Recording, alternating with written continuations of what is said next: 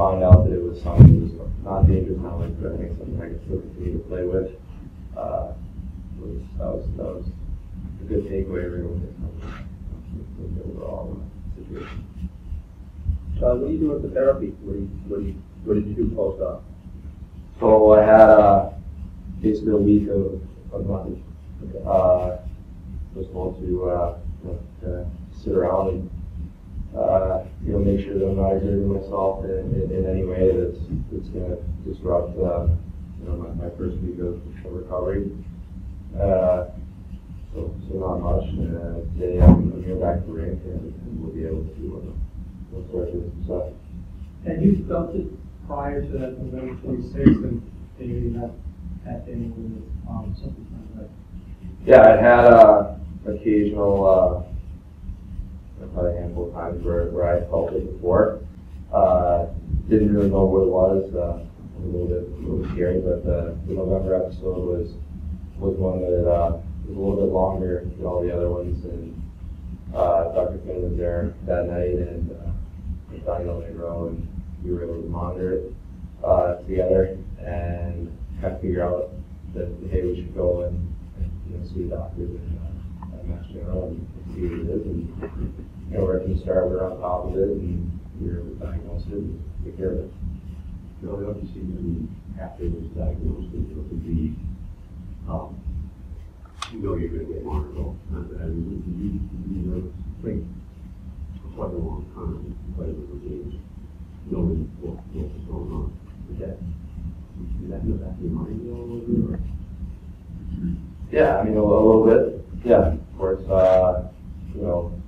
The likelihood of it happening again was there, and it's something kind of that sticks with it. But at the same time, trying not to think about it too much. Obviously, knowing that it wasn't dangerous, wasn't life-threatening. So if it were to come back, I know at the time we kind of talked about a little strategy. If it would come back, kind of remove myself from the game, allow myself time to get my heart back and feel good. Luckily, we didn't get to that point. But yeah, it was there. Charlie, if you can remember that night, can you describe what you were feeling? How fast your heart was? Yeah. So like I said, it had happened before. So I noticed the tendency right away and kind of was able to address it. For me, I can't mentally, physically be there and play when it's happening. It's kind of scary. Before it was diagnosed, so my heart's beating really fast. I'm a little bit nervous. I'm trying to figure out what's going on. And kind of just scared, like it's something that I can't play with when I'm going to have it. So to kind of bring it full circle, knowing that the likelihood was there, that it was a possibility that it would happen again, and knowing that I can't have it happening, I can't be in the middle of an episode and mentally be like attentive to the hockey game, or worried about my heart getting back. So that night was a little bit scary, and then following days we went, we got an appointment and found out what it was, and it was fine, and we handled it really well. So did you feel it at all during the game against Edmonton, or was it strictly post-game? No, it was during the game in the third period, kind of late in that game. Tried to play with it, and then after right away I told Donnie and told Doc, and right away I got undressed and I went into the trainer's room and we were on top of it, the three of us, and felt fine. And we took care of it together, and then decided to follow up with him to do a big round as well. When you're not clear to play, will you kind of have an immersion process? I mean, you're not going to go right back to 23 minutes a game, are you? That's not really okay. That's what coaching decision is. But we have a strategy for getting back up to speed, and I feel comfortable with it starting with today being the first day, and we're going to go about it with open communication with Doc, the doctors are engaged, Donnie, obviously everyone involved. Not afraid to tell them exactly how I feel, if I'm ready, if I'm not, and we'll go about it together. Are there any preparations before a game or even in-game or after now that you have to do to add to your regimen?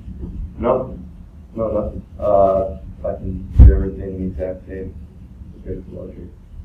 Can you talk a little bit about your thought process and decision-making process from the time you felt this in November to playing for 2 months? What went into that decision that you were going to continue to play? Yeah, not much. I mean, I knew, like I said, that it wasn't dangerous at all in my health, so I knew that I could go out there and play. And that was kind of my peace of mind, knowing that, you know, if it did come back, I'd be fine. I had complete support as far as, you know, the procedure goes, and if I wanted to get it done, when I wanted to get it done. And, you know, we addressed that with the team, and we actually decided to get it done when we did. Doc, what goes into this procedure? How is it done? What's the process of it? So it's done through a small catheter that goes into the vessels around the inguinal canal area, around the lower abdomen. It goes up into the heart, and then they are able to isolate sort of a bundle of extra electrical tissue circuit that creates this abnormal heart rhythm, and you're able to find that and then basically ablate it. And they can destroy the extra tissue there. And once that's gone, it doesn't come back again. So you feel like You go through a process now, and you're clear and ready to play. You feel like you're going to go back to being same old Charlie McAvoy hockey player as you were before? That I had no reason to think that, you know, would come back different. I think it maybe just some extra time maybe to get back, but still the same person, 1 week removed. I feel good, so we'll get back out there, we'll get on the ice and see how things are going, and when the times are out there. Why did you and the team pick this specific date? Was this always the plan, January, or did you tell them there? No. We had spoke about if it did come back again, that we would get it done immediately. Mainly, the thing for me was the likelihood that it would happen again. Like I said, it had happened in the past. This episode was the longest one I had. I pretty much saw it as an opportunity to get it done finally and take that, you know, that out of the back of my mind, that I never have to worry about it on a long-term scale. To get it done now, and now we can go through a long, not only sports but life, you know, and don't have to worry about it ever again. We also talked about the luxury of the All-Star break as an opportunity to use that block as a part of the recovery time to miss as little games as possible. Even with 5 weeks, still would have been missing games. So we decided that this was a good time. Checked all the doctors and their availability. Full staff there, and I think it's really a great time to do it. Is this something that's hereditary? Is it, No, not for me. I mean, maybe someone else's circumstance, but no one in my family had it. The first person, as far as I know, not for high-end athletes like Charlie, is there a trigger for this kind of rhythm? Not specifically in that this type of rhythm can be triggered by exercise, by adrenaline surges. For some people, it's caffeine. Other people, it's other times it can happen just completely randomly. So there's not a specific trigger, but exercise in and of itself can be. Don, did you have any information in terms of Charlie's condition, combine, and medical testing?